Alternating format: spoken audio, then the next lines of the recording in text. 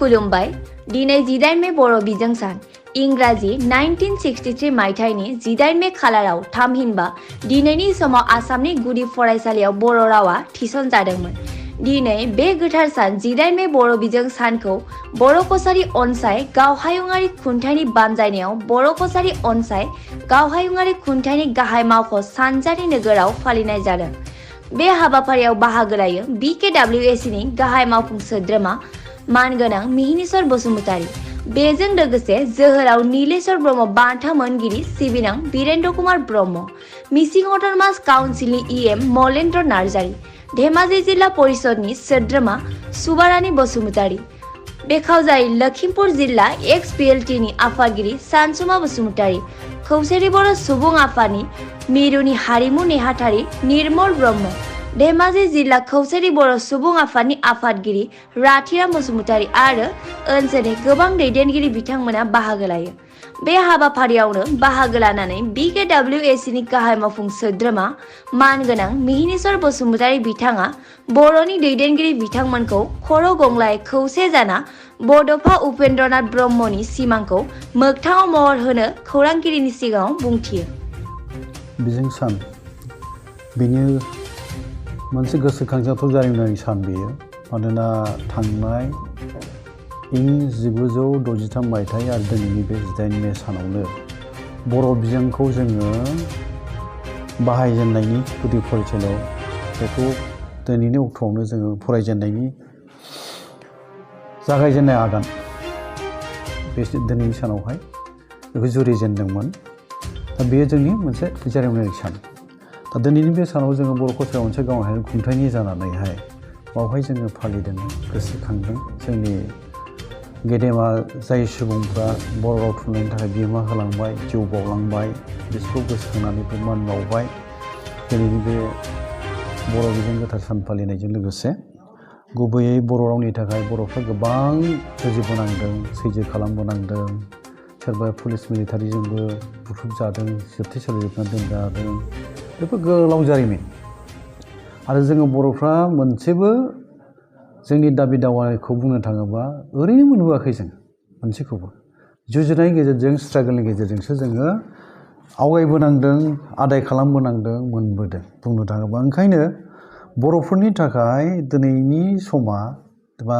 बुंनांगोन दिनैनि बे समावहाय बर'फ्रा दाबो जोंनि राव थुनलाइखौ लानानै, जोंनि सोलोंथाइखौ लानानै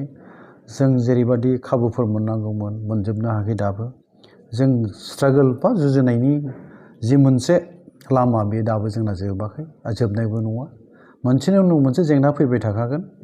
आरो बे मोनसेनि उनाव मोनसे जेंनाजों जों जुजिलांनो थाखाय जेब्लाबो साग्रिद सांग्रां जानानैबो थानांगोन। आं दिनैनि नैबे समाव नैबेखौ खावलायनो लुबैगोन जे जोंनि बर' हारिनि गेजेरावहाय जाय गेदेमा सुबुंफ्रा बर' राव थुनलाइनि थाखाय, बर' समाजनि थाखाय,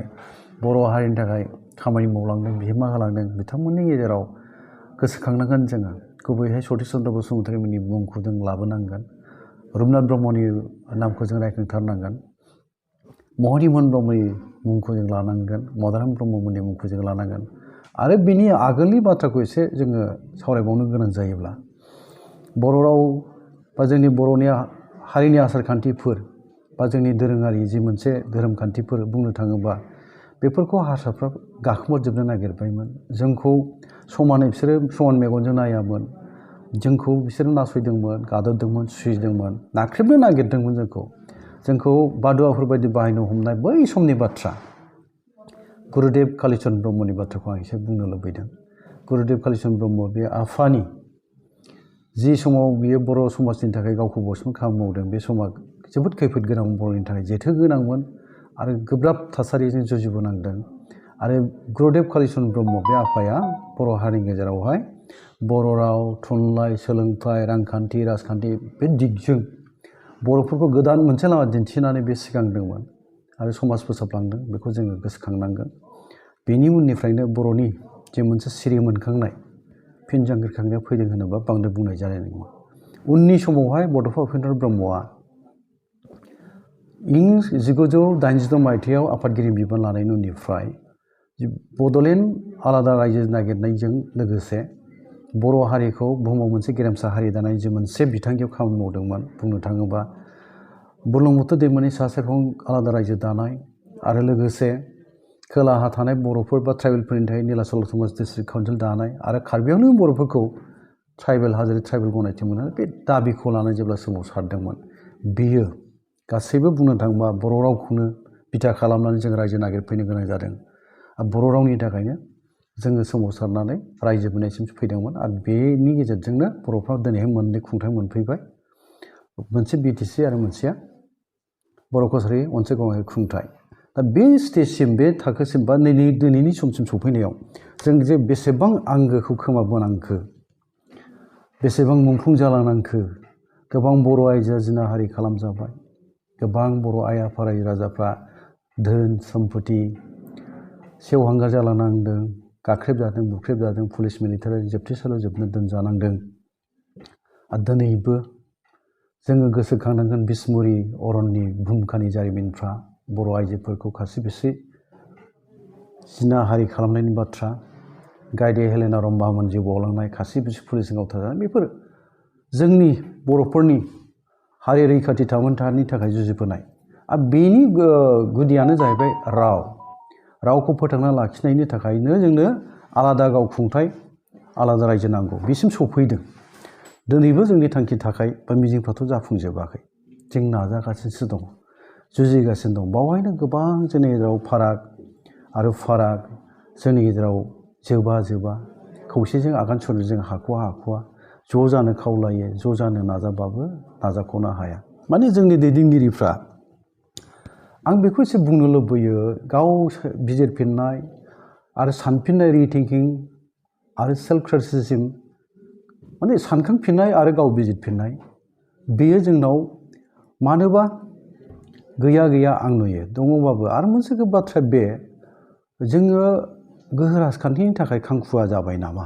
बेखौ आं एसे बुंनो लुबैयो। गोहो राजखान्थिनि थाखाय जेब्लानो जुजिबाय, बावहाय जोङो हारि दानायनि खौसे जानानै खामानि मावनाया, बेखौ जों मिजिं लानो गोब्राब जायो। दा बे थासारियानो जोंनि गेजेराव दा जाबाय जादों आंनि नुनायाव, आंनि नोजोराव। बे जानो नाङा। मानोना बर' हारिखौ जों दाबो आबुङै गायसननो हायाखै। बड'फानि जोंनि बर' हारिखौ जौगासार गेरेमसा हारि दानायनि जि मोनसे बिथांखियाव जों खामानि मावदों, बड'फाहा जि थांखि सानस्रि नोजोर दङमोन, बे थांखि सानस्रि नोजोरखौ लानानै खामानि मावनायाव जों दाबो जाफुंसार जायाखै। ओंखायनो आं बुंनो लुबैनाया, जोंनि दैदेनगिरिफ्रा जेब्लासिम सैथोखौ गनायनो थियारि नङा, सैथोखौ जिउजों फोनांजाबनानै गोरबोआव फोनांजाबनानै खामानि मावनायनि थियारि नङा बा सिगांबोआ, अब्लासिम जेंनाया थाबाय थागोन। नंगौखौ नंगौ जों बुंनो हानांगोन, नंखायखौ जों नंखाय बुंनो हानांगोन। आरो गोरोन्थि जादोंबा गोरोन्थिनि निमाहा बिनाय बा गोरोन्थिखौ सिमान लानो हानाय गुनाबो थानांगौ। नाथाय जोंनि दैदेनगिरिफोरनाव आं नुयो, आं मावनाया गोरोन्थिब्लाबो बे मा सानो, आंना राइट जाबाय, आंनानो थार। आरो बे गोरोन्थिखौ गावनिखौ गोरोन्थि होननानै सिमानखौ लानो नागिरा। गोरोन्थि जाबायबा गोरोन्थिखौथ' सिमानथ' लानांगोन। रायजो राजानोबो मिथिहोनांगोन जे जोंना नैबे सानस्लाबनो हायैयाव बे गोरोन्थि जालांबाय, मा खालामबावनो, जोङो बिनि थाखाय नोंथांमोनजों रायज्लायफिननानै बोरैहाय मोजां लामा लायोबा जों साबसिन खामानि मावनो हायो बा जों गेबें लामा लानो हायो, बेफोर बाथ्राफोरखौ रायज्लायनाय जाया। बेनि थाखायनो जोंनाव जेंना। ओंखायनो सैथोनि बाथ्राखौनो आं गले गले बुंनो लुबैगोन। आरो बुहुमाव सैथोनिफ्राय देरसिन जेबो धोरोम दानोबो हाया। सैथोखौ गनायै सुबुङा जेंनासो, प्रब्लेमसो। जाय सैथोखौ गनायो बे सुबुङा जेब्लाबो बेनो धोरोमसुलाखाबो। आरो बियो जेब्लाबो जेंना जेथो बेनि जेंनाफोरखौहाय जि प्रब्लेमफोर नुजाफैगोन बा जेंनाफोर नुजाफैगोन, बेखौ सुस्रांनायाव जेब्लाबो बियो बावहाय बिहोमा बा बिनि मावनाया गनायथाव जागोन। नाथाय जाय सुबुङा, आं बुंबावगोन, सैथोखौ गनाया, बियो जेंनाखासो। सैथोखौ मानियै मानसिया प्रब्लेमसो। आरो बिसोरनो प्रब्लेम लाबोयो। खिन्थु सैथोखौ जाय गनायो, गावनि दाय दसा दंबा बेखौ बे सिखार खालामना लायोबा, सिखार खालामो माने सिमान जायो। दा जोंनि गोबां दैदेनगिरिफोरनाव बे गुनखौ नुवा। गोरोन्थि जादोंबाबो बियो गावखौनो थार मावबाय होननानैसो दाबि खालामनानै लानो नाजायो। बेवहायनो जेंना। दिनै 18 मे बर' बिजों सान हिसाबै जों नुबोबाय थादों, बर'नि दैदेनगिरिफोर बा राजखान्थिगिरिफोर बा गेदेर धोनि सुबुंफोर, बिथांमोना गाव गावनि गथ' गथायफोरखौ बर' बिजोंजों फोरोंनायखौ जों नुबोआ। गुबुन बिजों इंराजि, असमिया बा बायदियाव फोरोंनाय, बिनि सायाव नोंथाङा मा बुङो? ओरैनो बे जेंनाखौ लानानै गोबां रायलायबाय बर' थुनलाइ आफादनि जथुम्माफ्राव रायलायबोबाय बर' फरायसा आफादनि जथुम्माफ्रावबो बे जेंनानि सायाव रायलायनाय जायो नाथाय जेंना सुस्रांनायनि जे लामाफोर बा बिथांखिफोर लानानै जों आवगायनांगौ बावहाय आं फेलें जाबोबाय थानायखौ नुवाखैनो नुदों दिनैबो दङ बे जेंनाया दा बेखौ फोजोबस्रांथारनांगौबा जोंनि थांखि लानाय जोंनि बिथांखि आजावनाय माहारियारि आफादफ्राव दुलाराय बर' फरायसा आफादनि गेजेरावहाय जथुम्मायाव जे थांखिफोर लायो थान्दै मेलावहाय आरो बर' थुनलाइ आफादनि मावनो लानाय बाबो जों बर' गासै हारि हिसाबै जोंनि थांखि लानाया मोनसे जाहैनांगौ आङो बेखौ लुबैयो आंनिफ्राय बर' कालसाराव मोनसे गावहाय खुंथायनि जानानै बेखौनो जों सानबायबो थादों आरो आंनि गावनि बुंनो गोनां बाथ्राखौ जेब्ला नोंथांमोना मिथिनो लुबैगोन नोंथांमोननि बिजोंनि गेजेरजों आं बेखौ फोरमायनो लुबैगोन जे फोरोंथों गुबुन बिजोंजों सोरबा इंराजि बिजोङाव फोरोंदों सोरबा हारसा बिजोङाव फोरोंदों सोरबा हिन्दी बिजोङाव फोरोंदों सोरबाया बांला बिजोङाव फोरोंदों बबे रावाव फोरोंदों नाथाय आं बुंनो लुबैयो मोनसे आयदाखौ लाथारनांगौ खालामनांगौ आरो आसामनि जेसेबां फरायसालिफोर दङ हारसा बिजोङानो जा इंराजि बिजोङानो जा गभर्नमेन्टनि सोरखारि स्कुलबो जानो हागौ बे आरो सोरखारि नङै स्कुलबो जानो हागौ बे मोनफ्रोमबो फरायसालियाव जोंनि फरायसाखौ फोरोंनायनि बा मोनसे बर' आयदा लानानै फोरोंनो मोननायनि खाबुआ खालामथारनांसिगौ बे जानांगौ आं सानो मानोना बर' रावाबो दिनै 80थि फारियाव गनायजानाय मोनसे राव बे भारत संबिजिरजों गनायथि मोननाय राव भारताव गासै मोन 22 राव दङ बे मोन 22 रावनि गेजेराव माने 8 सिडुलाव हाबनाय 80थि फारियाव हाबनाय रावा गासै मोन 22 दङ दा बे मोन 22 रावनि गेजेराव बर'आबो मोनसे भारत संबिजिरा बेखौ गनायथि होबाय बियो मोनसे भारत संबिजिरजों गनायजानाय जेराव राव जाखाबाय ओंखायनो बिनि बाहायनाय बिनि फरायनो मोननायनि खाबुआ दुलाराय भारताव जानांगौ जेरावखि थाथों मानो जानांगौ आरो आसामावथ' आं बेखौ बुंनो लुबैगोन जोङो सोरखारि रावनि बाथ्रा बुङो नङा होमबा दिनै जम्मु काश्मीराव मोनबा रावा बेयो सरकारि राव अफिसाव माने मावखुलियाव बाहायनो हायो मोनबा रावखौ आसामाव मानो बाहायनो हाया आरो जेराव बर' सुबुंनि अनजिमाखौ बुंनो थाङोब्ला मोनफ्रोमबो जिल्लायाव दङ होनजायो जोङो मानो बाहायनो मोनाखै बेवहाय जोंहा बहा माने गोरोन्थि जाबोखो बा जों मानो मावनो हायाखै बा मानो बाहायनो मोनाखै बेफोरनि सायाव जोङो जोंनि माहारि आफादफोर गुबैयै बर' थुनलाइ आफाद दुलाराय बर' फरायसा आफाद खौसेथि बर' सुबुं आफादानो जा बर'नि हारिमु आफादानो जा बर'नि आइजो अनसाय आफाद दुलाराय बर' आइजो गासै बर'नि गासैबो बेफोर माबायावहाय आयदानि सायाव जेब्ला जों सावरायनाय जायो बा जों मावनो गोनां जायो बयबो ज' जानो हानांगौथ' बाहायथ' फाराग थानो ना रावखौ दुलाराय आसामाव बर' रावखौ दुलाराय आसामाव बाहायनो मोननाया गासै बर' हारिनिथ' बे मोनोब्लाथ' गोग्गाथावनि बाथ्रा आरो बेखौ जाफुंहोनांगौ बयहाबो बिबान गैया होमबा दा बेफोरनि थाखाय जेब्ला हाबाफारि लायो बा मावनो गोनां जायो बेवहाय मा फाराग थानांगौ जाखो फालाय ज' जानांगौ बिनांगौ आरो बर'आ खौसे जानानै बियोबा आं बुङो बे जायनि माब्लाबाबो बाथ्रा नङा बे मोगथां जाथारो बे नुहुरनाय बाथ्रा खालि बर'नाव मा आंखाल दङ दिनैनि जोंनि खौसेथि गैयियानो जा बेफोरखौ सावरायनो थाङोबाथ' गोलाव बाथ्राबो जाबाय सावरायनोबो गोनां दंखायो आं गले गले बुंबाय थादों आंनिफ्राय आं खावलायदोंबो मिडियानि गेजेरजों नोंथांमोननि बे बिजोंनि गेजेरजोंबो आं दिनैबो बुंबावगोन बर'नो दा हाथियार जांख्रिथाय नांला हाथियार जांख्रिथायजों जों आगान सुरोबा जोंहा खहा रासिन दङ जोङो दिनै लेखा फरायनायनि सम फैबाय आबाद मावनायनि सम फैबाय गेलेनाय खारनाय बारनाय बायदि बायदि आबाद मावनाय मोनफ्रोमबो दामनाय देनाय खन्नाय मोसानायनि जे मोनसे बादायनायनि मोनसे मुलुग दिनैनि मुगा कम्पिउटार इन्टारनेट आरो डिजिटेल मुगा फैबाय बुहुमा ग्लबेलाइज जाबाय बे समावबो जुदि जोङो सिलाय बमा बारुदजों गेलेबाय थानो नागिरबा बोरै जाबावगोन फालाय दा बर'नो मोनसे जांख्रिखांनाय नांगौ सोमावसारनाय नांगौ आं बुंबोदोंबो दिनैबो आं बुंबावगोन बेखौनो बर'नो 10 बोसोरसोल' जों ज' जा गासिबो फारागखौ गारनानै जानो हायोब्ला गासिबो फारागखौ गारनो हायोबा जोंनि आफादा गुबुन गुबुन थागोन नंगौ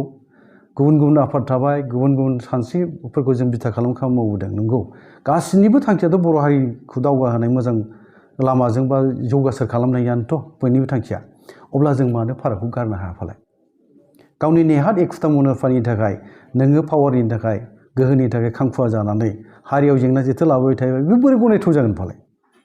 बेथ' जानोनो नाङा आं बुंदों मा नंथ्राबाबो जोंनो 10 बोसोरल' जोङो गासिबो गावबा गाव माने एखुथा मुलाम्फा मोननो लुबैनाय बेखौ गारजोबनानै बर' हारिखौनो नोङो गोरबोजों मोजां मोनथारोबा बर' हारिखौ बुहुमाव मास्टार गायसननो लुबैदोंबा गेरेमसा हारि दानो लुबैदोंबा बड'फानि बाथ्रा मुं लायै लायै नों बाथ्रा बुङो जेरावहाय बड'फानि थांखि सानस्रिखौ गनायनानै खामानि मावनो थियारि नङा नाथाय बिदिया बोरै जागोन फालाय आं बुंनो नागिरनाय बेनो बर'नो मोनसे सोमावसारनाय नांगौ बे सोमावसारनाया जानांगौ खौसेथि राजखान्थियारि सोमावसारनाय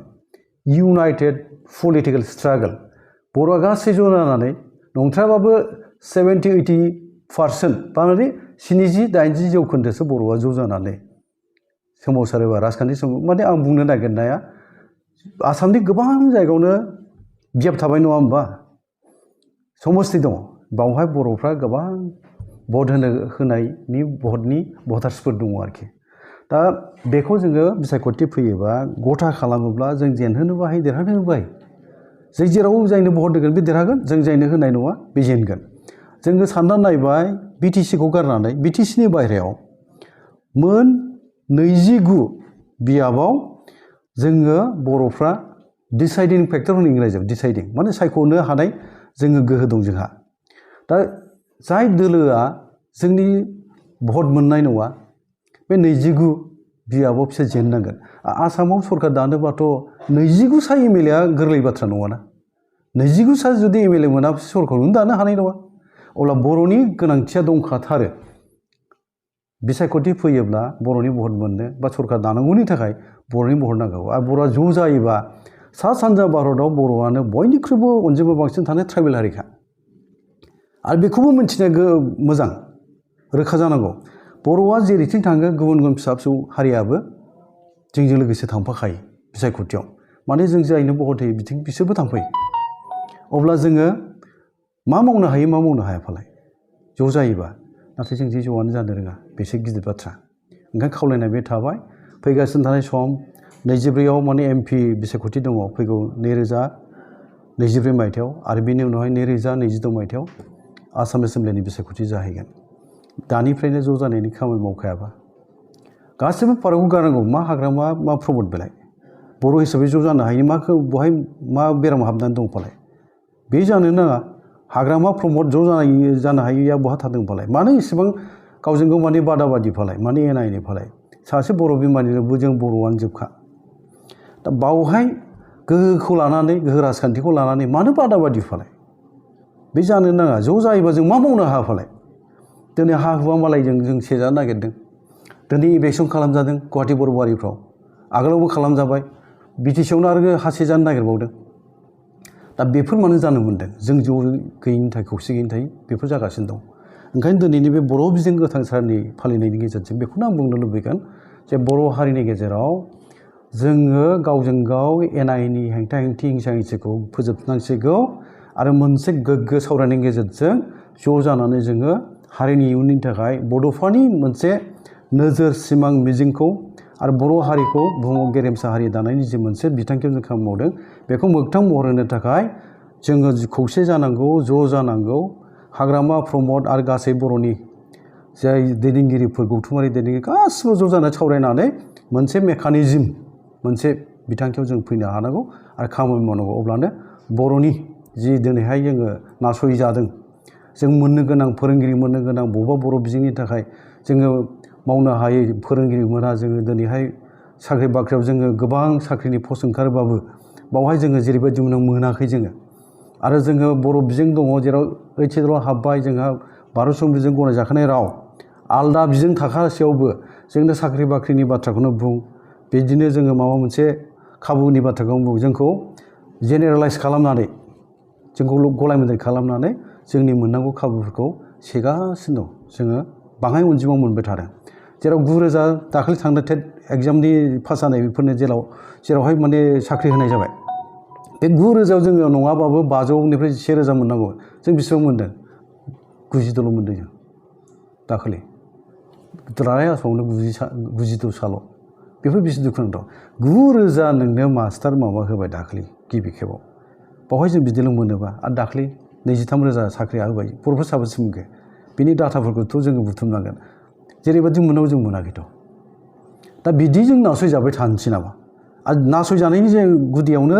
जों खौसे जायैनि थाखायनो मालाय चान्स मोनदोंना आरो हारसाफ्राथ' खाबु मोनदों बिसोरो जोंखौ डिभाइड खालामनानै मालाय गावसोर राजखान्थि गेलेनायानो जा खाबु मोननायानो जा जों ज' जायोबासो ना हागोन दा ज' जायाखै ओंखायनो ज' जानांगौ जेरैखि जाया थाबैनो रायज्लायनांगौ बर'नि दैदेनगिरिफोर बर'नि माहारि गौथुमफोर आङो दिनै नोंथांमोननि बे चेनेलनि गेजेरजों बे खौरां बिजोंनि गेजेरजों खर' गंग्लायै साफ्रोमबो बर' दैदेनगिरि बर'नि माहारि दैदेनगिरिखौ खावलायहरबाय थाबैनो जेसे हायो थाबैनो जोंनि गेजेराव जिरायनाया जागायनो हासिगौ स्टार्ट जानो हासिगौ आरो खौसेथिनि थाखाय जि मोनसे जोङो गोनांथि दङ बे गोनांथिखौ होनानै फैगौ समावहाय बड'फानि जे सिमां थांखि मिजिं नोजोर बे मोगथां जाफुंदों बेखौ मिजिंथिनानै खौसे जानांगौखौ आङो खर' गंग्लायै खावलायबाय आरोखि बिथांमोनखौ